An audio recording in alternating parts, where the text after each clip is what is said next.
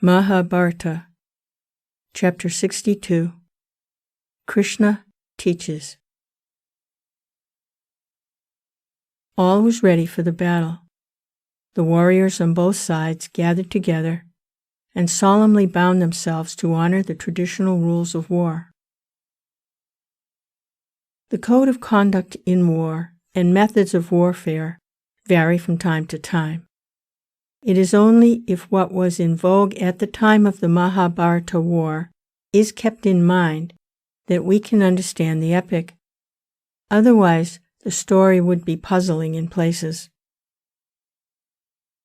From what follows, the reader may have some idea of the rules of warfare followed in the Kurukshetra battle. Each day, the battle was over at sunset, and the hostiles mixed freely like friends. Single combats might only be between equals, and one could not use methods not in accordance with dharma. Thus, those who left the field or retired would not be attacked. A horseman could attack only a horseman, not one on foot. Likewise, charioteers, elephant troops, and infantrymen could engage themselves in battle only with their opposite numbers in the enemy ranks.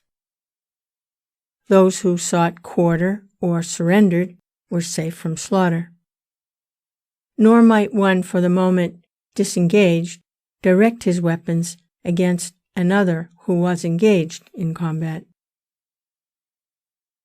It was wrong to slay one who had been disarmed or whose attention was directed elsewhere, or who was retreating, or who had lost his armor.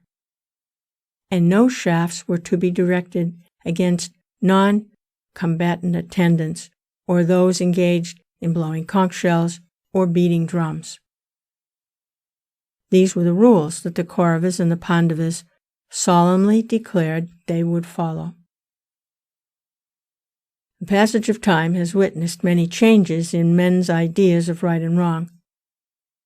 Nothing is exempt from attack in modern warfare.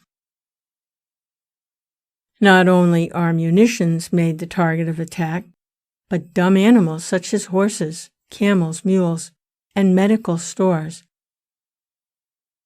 Nay, non-combatants of all ages are destroyed without compunction. Sometimes the established conventions went overboard, even in the Mahabharata war.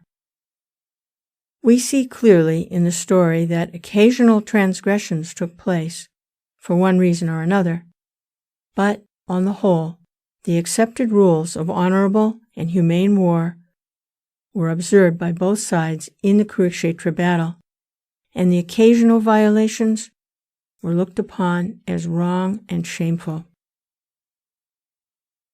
Addressing the princes under his command, Bhishma said, "Heroes, yours is a glorious opportunity. Before you are the gates of heaven, wide open. The joy of living with Indra and Brahma awaits you. Pursue the path of your ancestors and follow the kshatriya dharma. Fight with joy and attain fame and greatness. A kshatriya does not wish to die of disease or old age in his bed, but prefers to die on the battlefield." And the princes responded by ordering their trumpets to be sounded and shouted victory to the Kauravas. On Bhishma's flag shone brightly the palm tree and 5 stars. On Ashvatthama's, the lion tail fluttered in the air. In Drona's golden-hued standard, the aesthetic bowl and the bow glistened, and the cobra of Duryodhana's famed banner danced proudly with outspread hood. On Kripa's flag was depicted a bull, while Jayadratha's carried a wild boar. Likewise others, and the battlefield thus presented a pageant of flags. Seeing the Kaurava forces ranged in battle array, Yudhisthira gave orders to Arjuna. The enemy force is very large. Our army being smaller, our tactics should be concentration rather than deployment that will only weaken us.